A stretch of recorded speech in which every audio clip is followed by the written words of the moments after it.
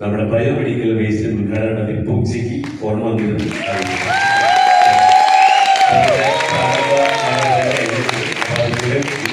അറിയിക്കാണ്.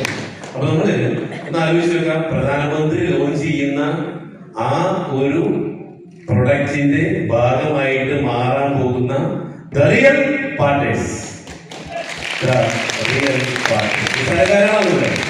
ആണോ അല്ലെ?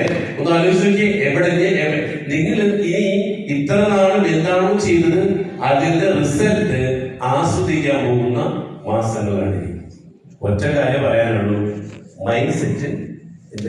നമ്മള് ഓൾറെഡി ഇവിടെ പഠിച്ച ടോപ്പിക് ആയിരുന്നു, ഇവിടെ ഹൈവേ ഗാർഡിൽ പഠിച്ചിരുന്നു. 4 കാര്യങ്ങളാണ് നമുക്ക് ഓൾറെഡി അതിലേക്ക് വേണ്ടി നമ്മൾ സെറ്റാക്കി എടുക്കേണ്ടത്. ഒന്ന്, ദ റൈറ്റ് മൈൻഡ് സെറ്റ്. അതിൽ എന്ത് പഠിച്ചു നമ്മള്? ദ റൈറ്റ് മൈൻഡ് സെറ്റ് എന്താ പഠിച്ചത്? നമ്മള് മുൻപേ അല്ലെ ഓപ്പൺ ഡോർ പോളിസി, നമ്മള് ഗേറ്റ് തുറന്നിട്ടിരിക്കാൻ, ആ ഗേറ്റിൽ കൂടെ ആർക്ക് വേണമെങ്കിലും കയറാം. പക്ഷെ ആ ഗേറ്റിൽ കൂടെ ആർക്ക് വേണമെങ്കിൽ കയറാതിരിക്കണമെങ്കിൽ നിങ്ങളുടെ ഗേറ്റിന് മുന്നിൽ ഒരു ഗേറ്റ് കീപ്പർ വേണം. ആ ഗേറ്റ് കീപ്പർ ആരായിരിക്കും? ആ ഗേറ്റ് കീപ്പർ ആരാവണം? ഒന്ന് പറഞ്ഞോ. അതായത് ഇപ്പോ ഷെല്ലിയുടെ മൈൻഡ് സെറ്റ് ഓക്കെ, വർഷങ്ങളോളം ഒരുപാട് പേര് കൊണ്ട് ഡംപ് ചെയ്തു, നമ്മളൊക്കെ ക്ലീൻ ചെയ്ത് പുറത്തേക്ക് വിട്ടു. ഓക്കെ, ഇനി എന്ത് ചെയ്യണം? ആ ഗേറ്റ് കൂട്ടിയിടാം.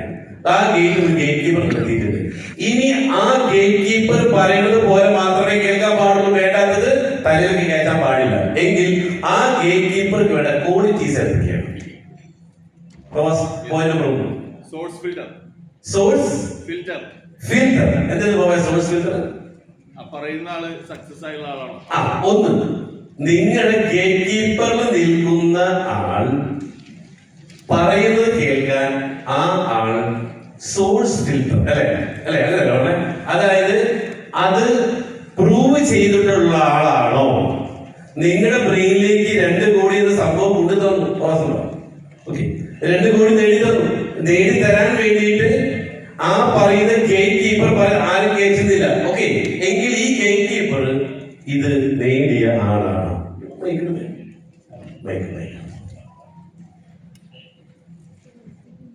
അപ്പൊ റൈറ്റ് മൈൻഡ്സ് 3 കാര്യങ്ങൾ നമ്മൾ പഠിക്കേണ്ടത്. ഒന്ന്,